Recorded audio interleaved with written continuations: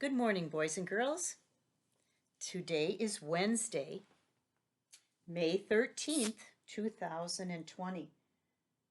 Wednesday, May 13th, 2020. Let's cross that off.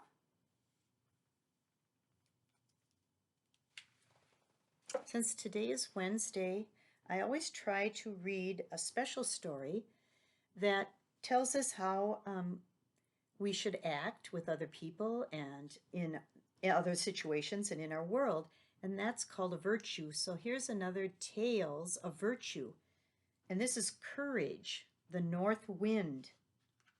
This is written, well, it's a folk tale, so it's adapted. We don't know who wrote it initially, but she adapted it, Sarah Toast, illustrated by Shannon O'Neill. Courage, the North Wind. Now this is the little book that has all the writing on one side and then just a small picture.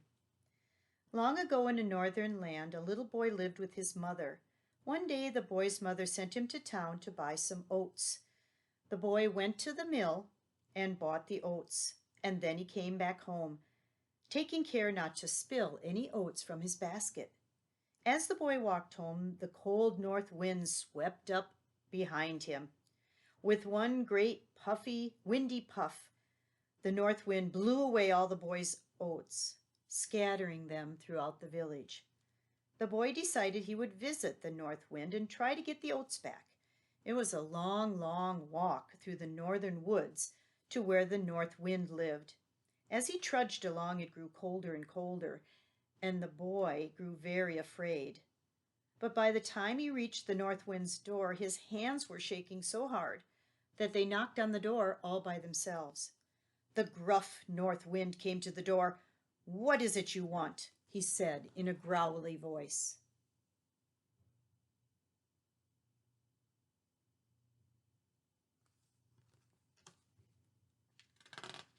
The boy was afraid of the grumpy north wind, but he gathered up his courage.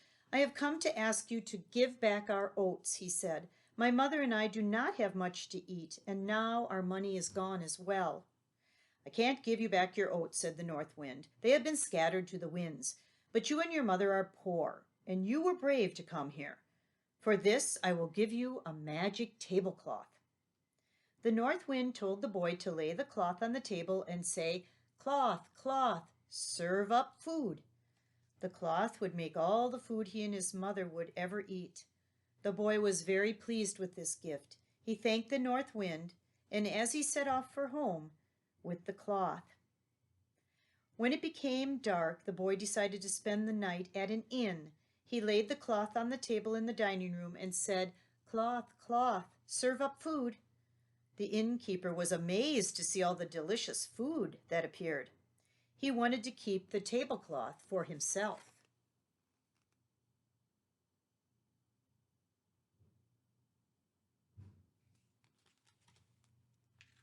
After the boy fell asleep, the innkeeper crept up the stairs carrying an ordinary tablecloth that looked just like the boy's magical one.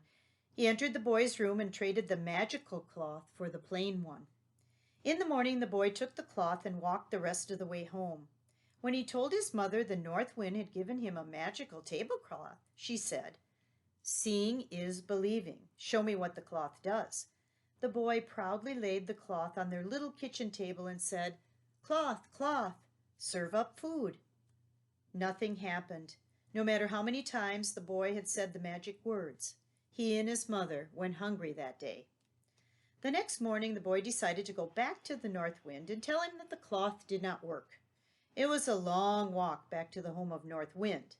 By the time the boy knocked on the door, he was very tired and a little bit scared to complain about the magic cloth.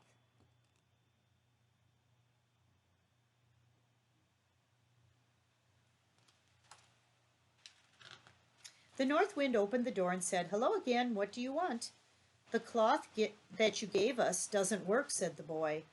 "I don't have another magic cloth," said the north wind, "but I do have a piggy bank I can give you. If you say, 'Piggy bank, make money,' it will give you all the money you need." The boy thanked the north wind and started home with a smile. It was already late when he reached the inn, so he decided to stop there again. When the time had come to pay for his dinner at the inn, the boy set the piggy bank on the table and said, "Piggy bank, make money."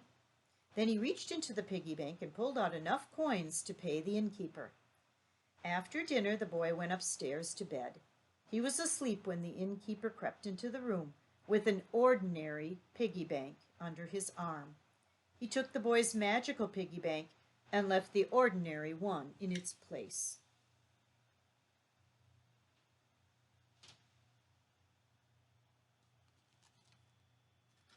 The next morning when the boy reached home, he happily told his mother that the north wind had given him a magic piggy bank. "I'll believe it when I see it," said his mother. When the boy said, piggy bank, make money," not one coin came out of the bank. The boy and his mother had no food left and no money. Once more the boy set off on the long walk. This time the north wind was angrier than ever, and he opened the door before the boy even knocked. "Well, what do you want now?" roared the north wind with his icy breath. "I must get my oats back," said the boy. "The piggy bank doesn't work." "I only have one thing left," said the north wind. "It is a magic rope that will tie someone up if you say, 'Rope, rope, tie him up.' Because you came all this way, I will give it to you."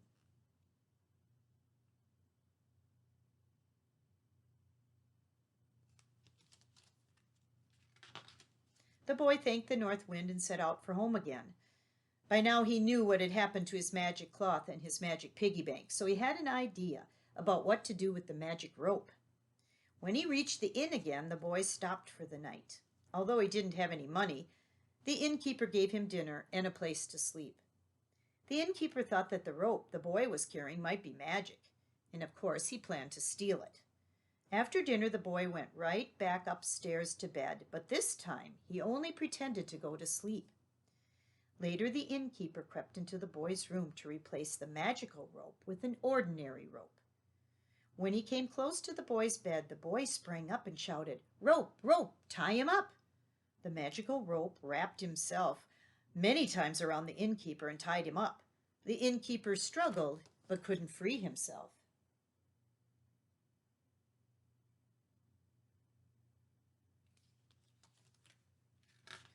The boy said, "I won't untie you until you give me back my magic cloth and my magic piggy bank." The innkeeper struggled some more with the rope and finally said, "Take them back, just set me free."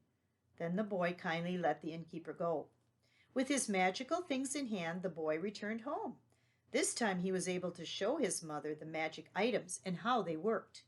The magic cloth provided them with plenty of food, and the magic piggy bank gave them money to meet their needs. And if they ever needed its help, the magic rope was ready to protect them.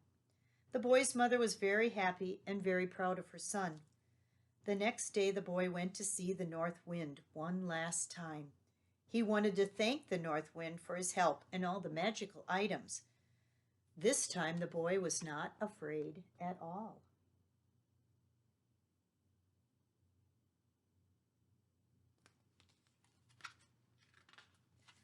Courage. Courage means doing the right thing even when you're scared. Despite being scared, the young boy visited the frightening north wind because he wanted to help his mother. Fortunately, the north wind respected the boy's courage and helped him as much as he could. The boy learned an important lesson. Sometimes we are afraid when there's really no reason to be. In the end, the boy dealt bravely with the innkeeper who had stolen his things. Because of the boy's bravery and persistence, he and his mother lived happily ever after. Now I'd like to go over just a little bit of the work for today. So you have your phonics paper, which looks like this. The number on the bottom is 257. And it just says to draw a line from one picture on the right-hand side to another picture of the left-hand side that would make a compound word.